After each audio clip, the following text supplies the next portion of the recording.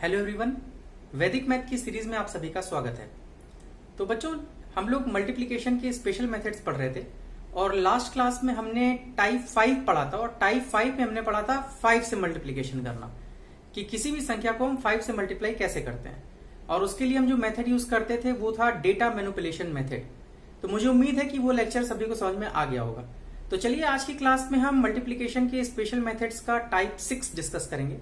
देखिए, टाइप 5 में हमने पढ़ा था 5 से मल्टीप्लिकेशन और टाइप 6 में हम पढ़ेंगे 5 के स्क्वायर से मल्टीप्लिकेशन। 5 का स्क्वायर मतलब 25। तो आज हम पढ़ेंगे टाइप 6 में कि किसी भी संख्या को हम 25 से कैसे मल्टीप्लाई करते हैं।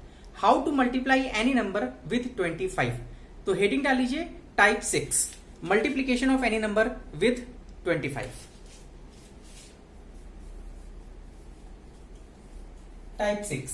टाइप 6 हम पढ़ेंगे मल्टीप्लीकेशन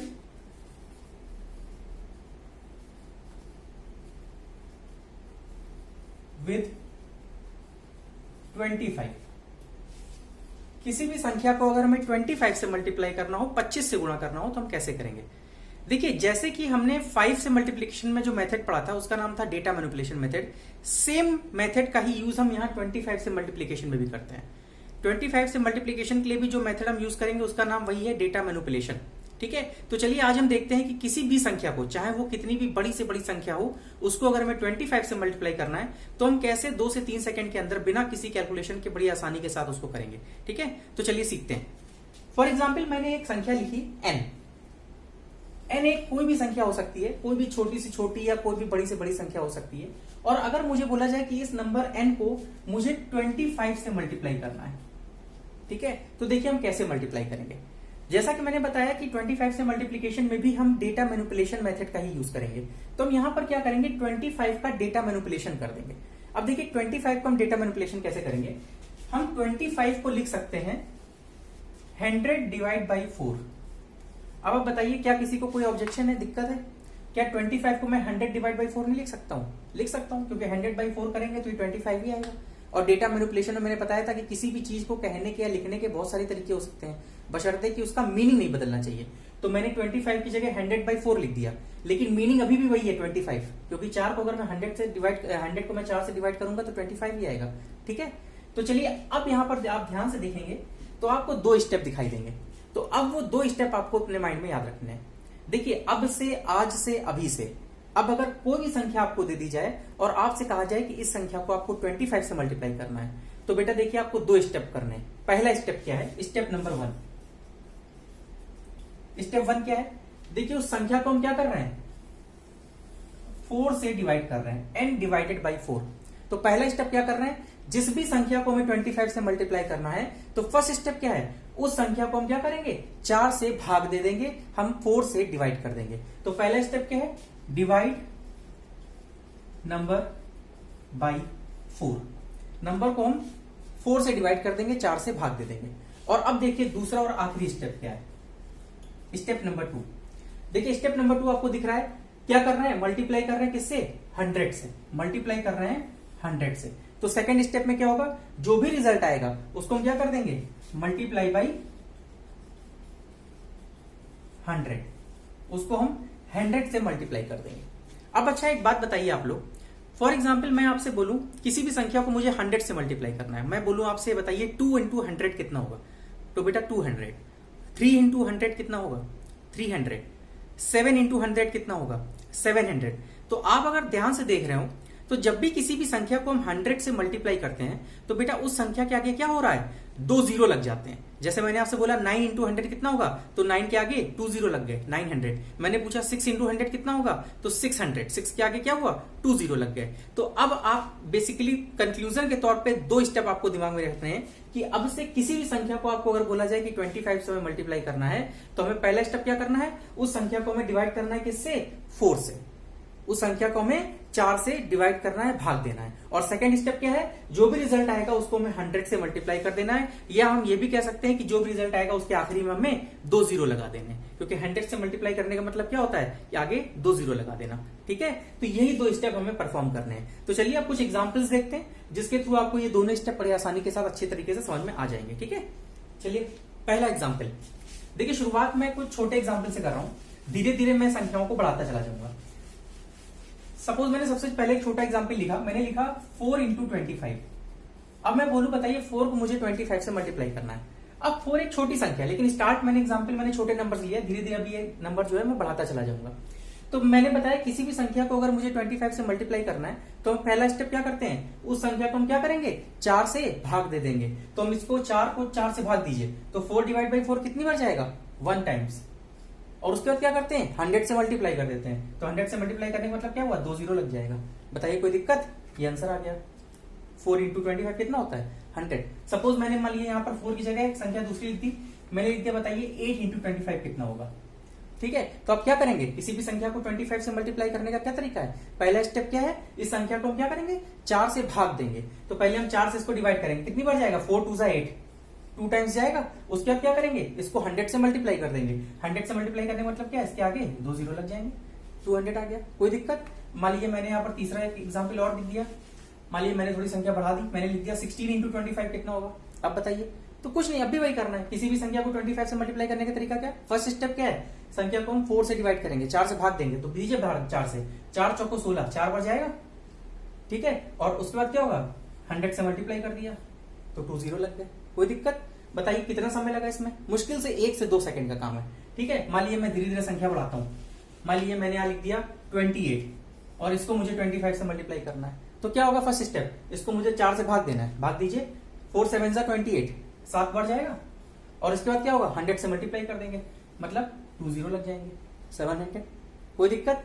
मान लीजिए मैंने थोड़ा और एग्जाम्पल बढ़ाया, मैंने एक संख्या बढ़ा दी, मैंने लिख दिया यहाँ पर 48, इसको मुझे 25 से मल्टीप्लाई करना है। तो क्या करना है, इसको पहले 4 से डिवाइड कीजिए, चलिए डिवाइड करिए, 4 1 जा 4, 4 2 जा 8। कोई दिक्कत, 12 टाइम्स किया। इसके बाद क्या करेंगे, इसको 100 से मल्टीप्लाई कर देंगे, मतलब 2 जीरोस आ जाएंगे। तो आंसर आ गया 1200, 1200। कोई दिक्कत। मान लीजिए मैंने यहाँ पर एक और एग्जाम्पल लिख दिया, मान लीजिए मैंने यहाँ लिख दिया 124, इसको मुझे 25 से मल्टीप्लाई करना है। तो क्या करेंगे, पहले 4 से भाग करेंगे, तो भाग दीजिए 4 3 जा 12 और 4 1 जा 4। कोई दिक्कत। 4 3 12, 4 1 4, 31 बार जाएगा। इसके बाद क्या करेंगे, इसको 100 से मल्टीप्लाई कर देंगे, मतलब 2 जीरोस लग गए, आंसर आ गया 3100। अब बताइए किसी को कोई दिक्कत। मान लीजिए मैंने एक एग्जाम्पल और दे दिया आपको, मैंने बोला बताइए बेटा 488 है, इसको मुझे 25 से मल्टीप्लाई करना है। तो क्या करेंगे, इसको पहले 4 से भाग देंगे, दीजिए 4 1 4, 4 2 8, 4 2 8।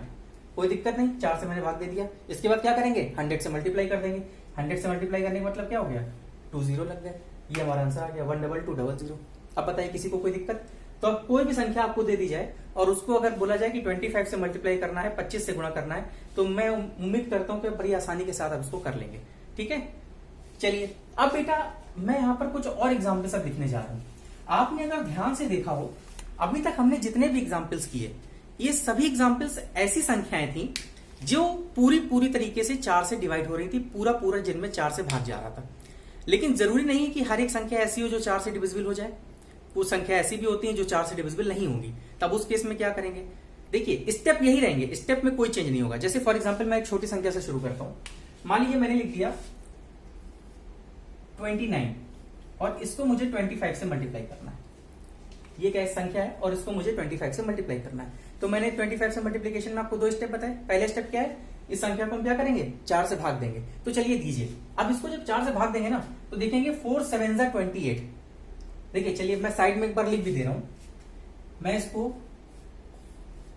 29 को 4 से भाग दे रहा हूं। ठीक है, कितनी बार जाएगा 4 7 28, 7 बार गया, कितना बचा 1। भाग देना तो सबको आता है ना, अभी 1 बचा, तो 4 से 1 तो जाएगा नहीं तो क्या होगा पॉइंट लग जाएगा। अब यहां 0 लगा दिया, ये हो गया 10। अब भाग दीजिए 4 2 8, 2 बार गया 8, 10 में से 8 गया 2, जाएगा नहीं तो 0 लगा दिया, 4 पंजे 20। अब ये पूरा 20 चला गया। तो बेसिकली हमें भाग देने पर कितना आएगा 7.25। यही तो होता है भाई, भाग देना तो सबको आता है ना। 29 को मैंने 4 से भाग दे दिया तो क्या आ जाएगा 7.25 आएगा। ठीक है, तो यहां मैंने, ये मेरा क्वेश्चन था, मैं अलग से लिख दे रहा हूं, ये फिर इसको मैं नीचे लिख दे रहा हूं। क्वेश्चन था हमारा 29 मल्टीप्लाइड बाई 25। तो पहला स्टेप क्या है, 29 को 4 से मैंने डिवाइड किया। तो जब मैंने 4 से डिवाइड किया देखिए डेसिमल में आया और कितना आया 7.25, ये आ गया 7.25। अगला स्टेप क्या होता है, इसको 100 से मल्टीप्लाई करेंगे। तो बेटा खुद बताइए, जब इसको हम 100 से मल्टीप्लाई करेंगे तो देखिए डेसिमल जो है वो क्या हो जाएगा, दशमलव जो होता है जब किसी भी संख्या को हम 100 से डिवाइड करेंगे, 100 से गुणा करेंगे, तो यहाँ पर बेटा 2 जीरो है, तो दशमलव क्या होगा, 2 स्थान राइट साइड शिफ्ट हो जाएगा, तो 25 दशमलव यहां से हट जाएगा, सीधा आंसर क्या आ गया 725, ये आ जाएगा आंसर। कोई दिक्कत? लेकिन बेटा अब यहां पर कुछ लोगों को दिक्कत हुई होगी। दिक्कत इसलिए हुई क्योंकि ये संख्या पूरी तरीके से 4 से डिवाइड नहीं हुई, तो आप लोगों को भाग देने में क्या हुआ, डेसिमल का यूज हुआ, दशमलव आया, तो कुछ लोगों को भाग देने में दिक्कत हुई होगी, माइंड पे प्रेशर पड़ा होगा, बर्डन पड़ा। ठीक है, तो चलिए हम आपको ये भी बताएंगे कि हम इस तरीके के क्वेश्चंस को वैदिक मैथ में करने का क्या मेथड है। हमें डेसिमल वगैरह की जरूरत पड़ेगी ही नहीं, लेकिन उसके पहले मैं 1-2 एग्जांपल्स और कराऊंगा जिसको मैं डेसिमल की तरह से ही ट्राई करूंगा, जिससे कि आपको समझ में आए कि हाँ हमें प्रॉब्लम हो कहां रही है, और फिर उस प्रॉब्लम का हम सोल्यूशन देंगे। ठीक है, तो चलिए 1-2 एग्जांपल्स और देखते हैं। मान लीजिए मैंने एक संख्या लिख दी 22 और इसको मुझे 25 से मल्टीप्लाई करना है। तो किसी भी संख्या को 25 से गुणा करने का तरीका, पहला स्टेप क्या है, इसको 4 से भाग देंगे, तो क्या होगा 22 को चलिए 4 से भाग दीजिए, 4 से भाग दीजिए 22 को, दीजिए कितनी बार जाएगा, 4 पंजे 20, 5 बार गया, 22 में से 20 गया, कितना बचा 2। अब 2 तो 4 से भाग जाएगा नहीं, तो क्या होगा दशमलव लगा देंगे और एक जीरो लगा देंगे, कितनी बार जाएगा, 4 पंजे 20, पूरा चला गया, कितना आ गया 5.5। कोई दिक्कत? तो 5.5 आया। अब चलिए मैं इसको हटा दे रहा हूं, ठीक है, तो हमारा रिजल्ट क्या गया 5.5। जब मैंने 22 को 4 से भाग दिया तो आया 5.5। दूसरा स्टेप क्या होता है, इसको हम 100 से मल्टीप्लाई करेंगे, तो करिए 100 से मल्टीप्लाई। जब किसी भी संख्या को हम 100 से मल्टीप्लाई करते हैं, डेसिमल क्या होता है, 2 स्थान राइट साइड शिफ्ट हो जाता है, तो एक स्थान तो ये है, दूसरा है ही नहीं, तो दूसरा नहीं है तो क्या करेंगे 55, ये हट गया डेसिमल यहां से, और एक स्थान 2 स्थान शिफ्ट होता है, तो एक स्थान पे तो 5 है, दूसरे पे कुछ नहीं, तो क्या कर देंगे 0 लगा देंगे। गुणा करना तो आता है ना सबको, तो आंसर हो जाएगा 550। कोई दिक्कत? चलिए एक और एग्जांपल देख लेते हैं। सपोज मान लीजिए यहां पर 22 की जगह अगर 23 होता, 23, और इसको मुझे 25 से मल्टीप्लाई करने को कहा जाता, तब क्या करते, वही 4 से भाग देते। अब जब 23 को हम 4 से भाग देंगे, 23 को 4 से भाग देंगे तो कितनी बार जाएगा, 4 5 20, कितना बचेगा 23 माइनस 20 3। अब 3 तो जाएगा नहीं, तो दशमलव लगा देंगे, डेसिमल यहां 0 लगा दिया, कितनी बार जाएगा 4 7 28। कोई दिक्कत? यहां कितना बचेगा 2, फिर नहीं जाएगा तो 0 लगा दिया, कितनी बार जाएगा 4 5 20। कोई दिक्कत?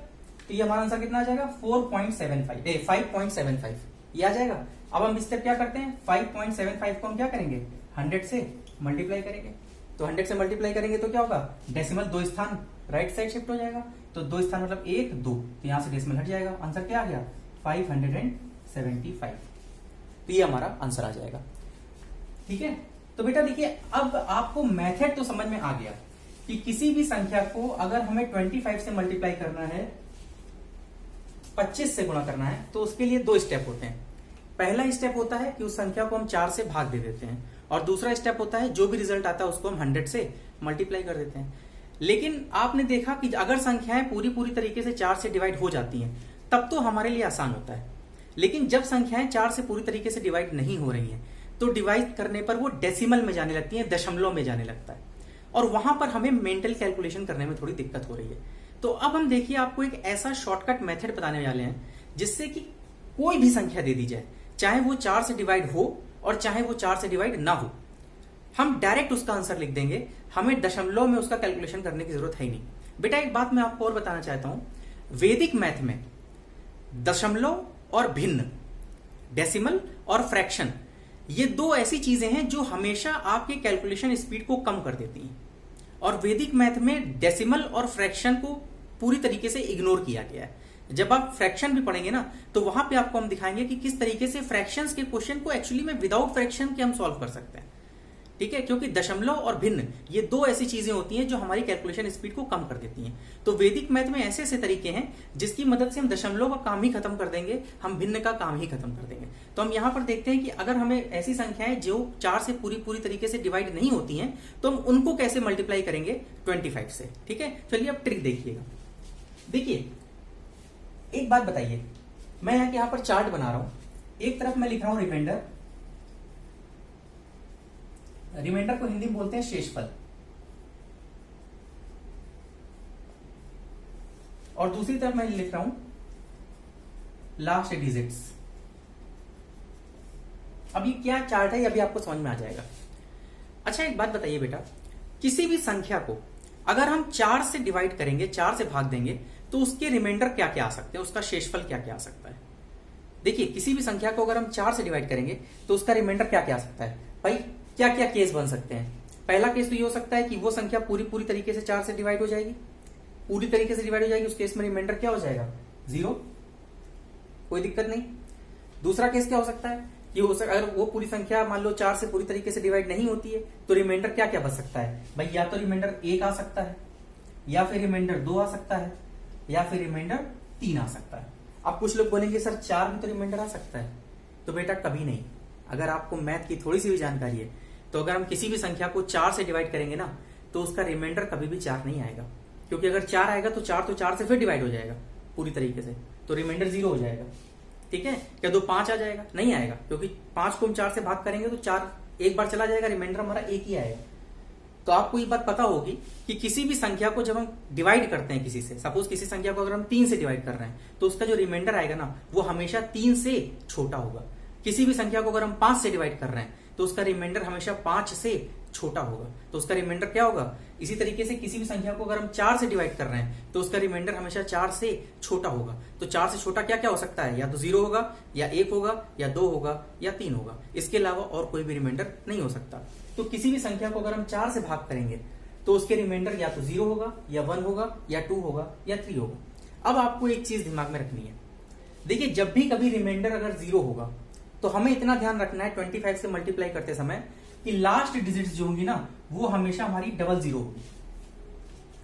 अगर रिमाइंडर 4 से डिवाइड करने के बाद 0 आता है, मतलब संख्या पूरी तरीके से डिवाइड हो जाती है 4 से, तो आखिरी में हमेशा डबल 0 आएगा। अगर मान लीजिए रिमाइंडर 1 बचता है, 4 से भाग करने के बाद रिमाइंडर अगर 1 बचता है, तो आखिरी की जो डिजिट्स होंगी ना वो हमेशा 25 होगी। हमेशा ध्यान रखिएगा, आखिरी की डिजिट 25 होगी। अगर रिमाइंडर 2 बचता है तो आखिरी की जो डिजिट्स होंगी ना वो 50 होगी। और इसी तरीके से अगर रिमाइंडर 3 बचता है तो आखिरी की डिजिट्स 75 होगी।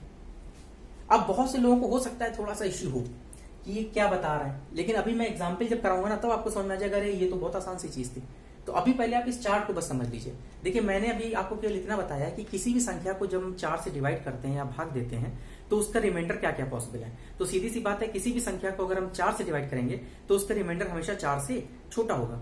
या तो रिमाइंडर 0 होगा, या रिमाइंडर 1 होगा, या रिमाइंडर 2 होगा, या तो 3 होगा। तो अगर रिमाइंडर 0 आ जाए तो 25 से मल्टीप्लाई करते समय आखिरी की जो डिजिट्स होंगी वो हमेशा डबल 0 होगी। अगर रिमाइंडर 1 है तो आखिरी की डिजिट्स 25 होगी। अगर रिमाइंडर 2 है तो आखिरी की डिजिट्स 50 होगी। और अगर रिमाइंडर 3 है तो आखिरी की डिजिट्स 75 होगी। देखिए इसको याद करने में भी कोई दिक्कत नहीं है, बड़ा आसान है इसको याद करना कि रिमाइंडर अगर 0 है तो आखिरी में 0 0 हो गया। अगर 1 है तो देखिए क्या कर रहे हैं, 25 ऐड कर दिया, 25 हो गया। अगर 2 है तो इसमें भी क्या किया, 25 में 25 ऐड कर दिया, 50 हो गया। अगर 3 है तो 50 में भी 25 ऐड कर दिया। तो हर बार क्या कर दे रहे हैं, प्लस 25 कर दे रहे हैं। भाई 25 से ही तो गुणा कर रहे हैं, हर बार 25 ऐड कर दो। तो आसान है याद करना भी कि अगर रिमाइंडर 0 है तो आखिरी में 0 0, रिमाइंडर 1 है तो आखिरी में 25, रिमाइंडर 2 है तो आखिरी में 50, और रिमाइंडर 3 है तो आखिरी में 75। अब देखिए इस टेबल का यूज क्या है, कैसे अब इसको हम यूज करेंगे। ठीक है, जैसे फॉर एग्जाम्पल अभी मैंने आपको एक एग्जाम्पल लिखा था, मैंने बोला आपसे बताइए कि 23 को मुझे 25 से मल्टीप्लाई करना है। ठीक है, मैंने अभी एक आपको एग्जाम्पल दिया था। अब चलिए पहला स्टेप क्या होता है, जब भी किसी भी संख्या को हम 25 से मल्टीप्लाई करते हैं तो पहला स्टेप होता है उस संख्या को हम 4 से भाग देते हैं। तो चलिए भाग देते हैं इसको, 4 से भाग दीजिए, कितनी बार जाएगा, 4 पंजे 20, 4 छंग 24, 5 बार जाएगा, 5 बार गया, कोई दिक्कत नहीं। रिमाइंडर कितना बचा भाई, 4 पंजे 20, रिमाइंडर कितना बच गया, 23 में से 20 गया 3, रिमाइंडर 3 बचा। तो अगर 3 रिमाइंडर होगा तो आखिरी की डिजिट्स क्या होंगी, 75। तो हमें सीधे आगे 75 लिख देना है। अब बताइए कहीं डेसिमल का कैलकुलेशन आया, नहीं आया, और हमारा आंसर भी आ गया। इसका आंसर है 575। तो अब आपको समझ में आ गया कि इस टेबल का क्या यूज है। चलिए एक एग्जांपल और देखते हैं। मैंने एक एग्जांपल आपके सामने लिखा था 29 × 25, मैंने ये लिखा था 29 × 25।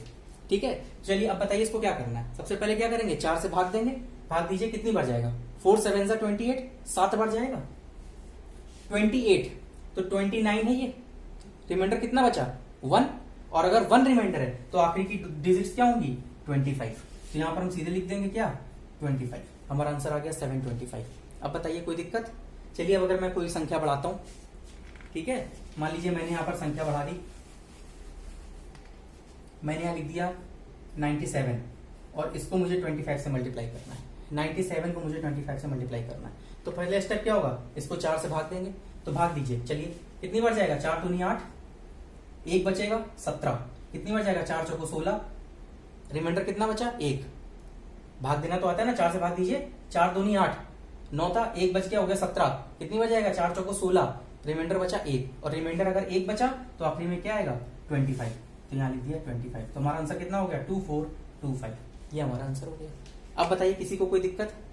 अब चाहे संख्या 4 से डिवाइड हो और चाहे संख्या 4 से डिवाइड ना हो, दोनों ही केस में हमें कहीं पर भी डेसिमल से कोई लेना देना नहीं है, ठीक है। अब जैसे मान लीजिए कोई संख्या अगर 4 से डिवाइड होगी तो वो तो आपको सिंपल पता ही है। जैसे मैंने फॉर एग्जांपल आपके सामने बोल दिया था, मान लीजिए 84 और इसको मुझे 25 से मल्टीप्लाई करना है, तो पहला स्टेप क्या है 4 से डिवाइड करिए 4 दूनी 8, 4 एकम 4, ठीक है। और अगर पूरा पूरा डिवाइड हो रहा है तो आखिरी की 2 डिजिट क्या होंगी 0 आएंगी। आंसर आ गया।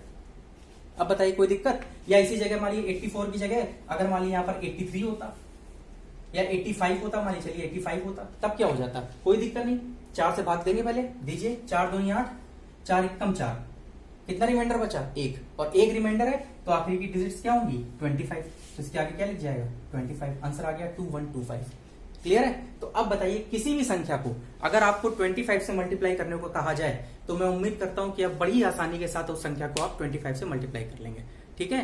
तो अब आपका काम क्या है कि आपको होमवर्क के लिए कुछ क्वेश्चंस मैं आपको यहाँ पर 5-6 दे रहा हूं, ठीक है। आपको घर में इस डेटा मैनिपुलेशन मेथड की प्रैक्टिस करनी है, ठीक है। चलिए मैं होमवर्क के कुछ क्वेश्चंस आपको दे रहा हूं।